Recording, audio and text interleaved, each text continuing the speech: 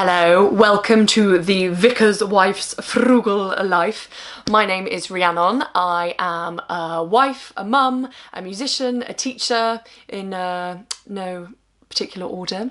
I also have a beautiful greyhound named Zizi, and I will tell you all about beautiful rescue greyhounds another time. But today we're going to talk about take-home pay versus your gross income.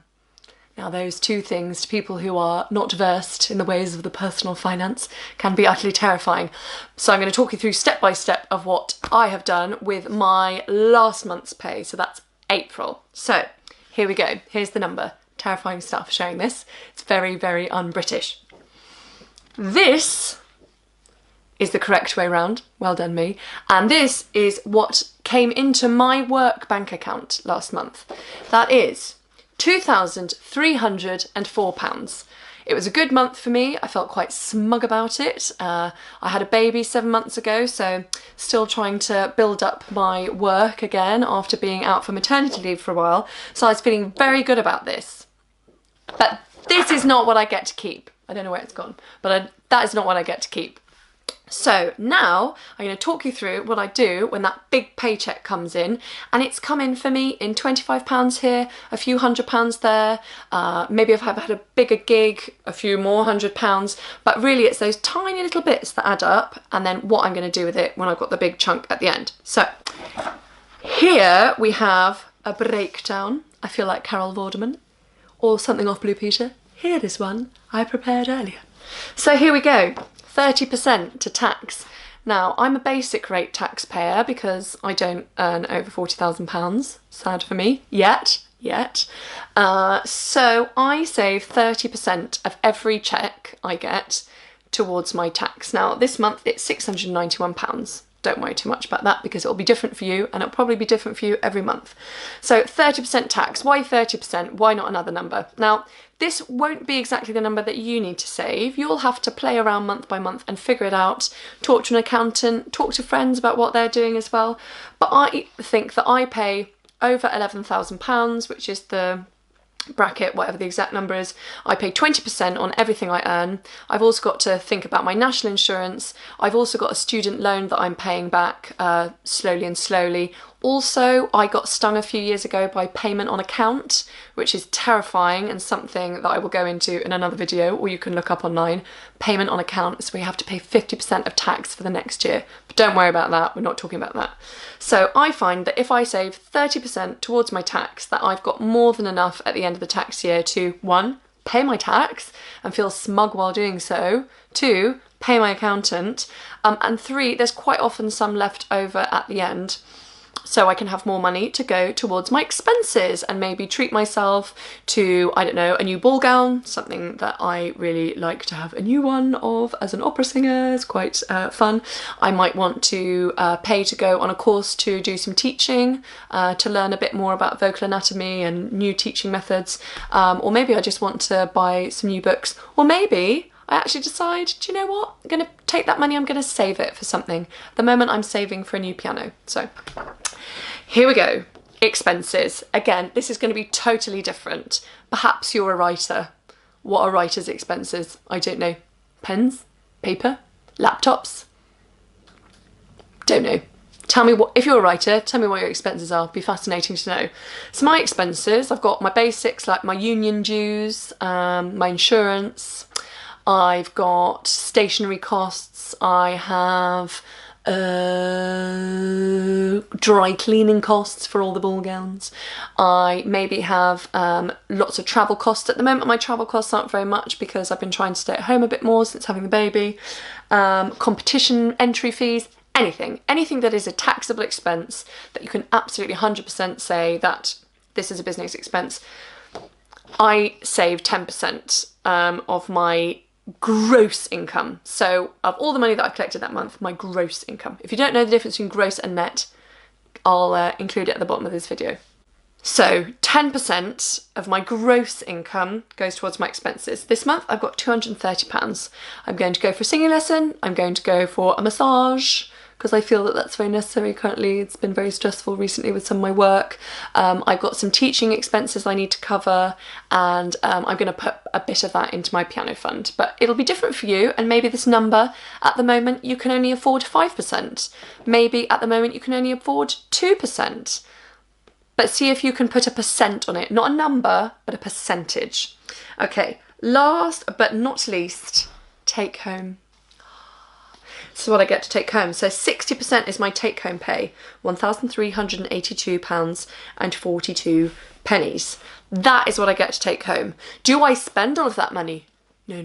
No, I do not.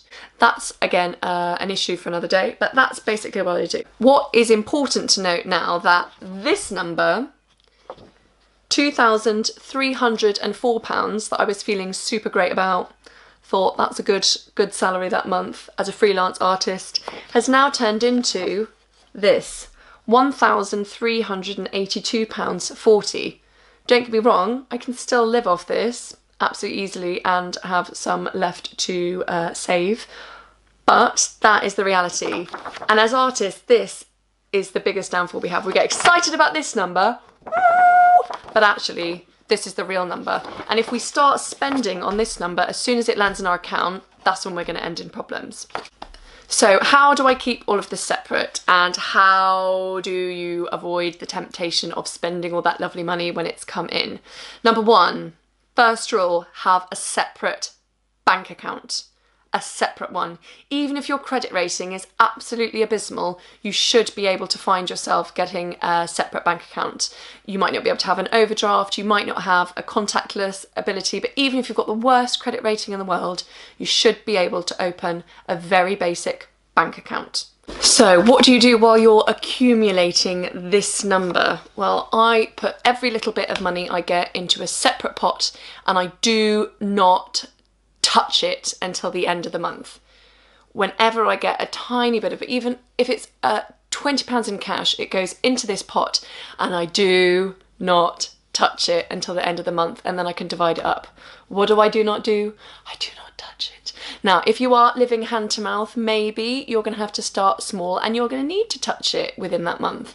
And maybe you're going to have to say, right, I've had £100, I'm going to put my 30% or whatever percent you decided you need to do into your tax savings, and you'll put 10% into your expense savings or a current account that you use for your self-employed allowable expenses. So you can work towards this about being able to save everything you've earned in a given month. Now, this is important. When I say everything you've earned in a given month, I mean the money that has, maybe not physically, but in an imaginary way, landed in your account. If you are owed money by your manager of a place you waitress in, you don't have that money yet. It's not yours yet.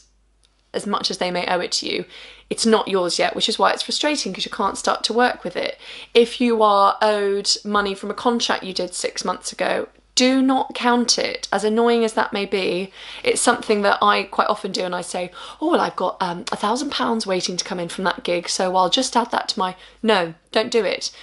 Just use the money that's come in, and actually you'll find that maybe next month you'll have lots of these invoices that finally come through that you've been waiting for, and you have a bonus month.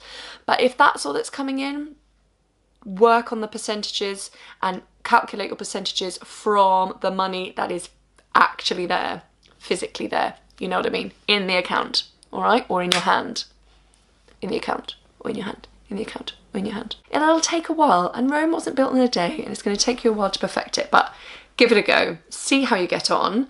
Let me know how you get on. If you need any help, please get in touch. Again, I'm not a financial advisor, I'm not an accountant, but I've been trying and failing at this for a long time, and every time I try and fail, I try a little bit harder and I fail a little bit less. And now I find myself in a point where actually, even though I'm not on a high income, I can manage and I can save, and I'm building wealth for the future. So if you have any questions at all, leave them in the comments. If you're a bit shy, send me a message or an email and I will get back to you. So, main things to take away. Number one, do not transfer money into your personal account until you've figured out where you're going to put your tax money and your expenses money. Number two, have a separate account. And number three, you probably won't get it right the first month. and that's okay. And forgive yourself, be kind to yourself, because just by watching this, you're trying to make it better, or you're trying to learn something. And if you're already a total pro, then awesome. Let us know in the comments what to do. And if you have any great tips, because I absolutely love watching these videos, and that's why I decided I've got to start doing it myself, because I find it addictive and I can watch hundreds of them, and it's really good for motivating me and finding different ideas. So that's about all I've got to say. I'm Rhiannon. Please subscribe wherever you can subscribe, and follow me on Instagram.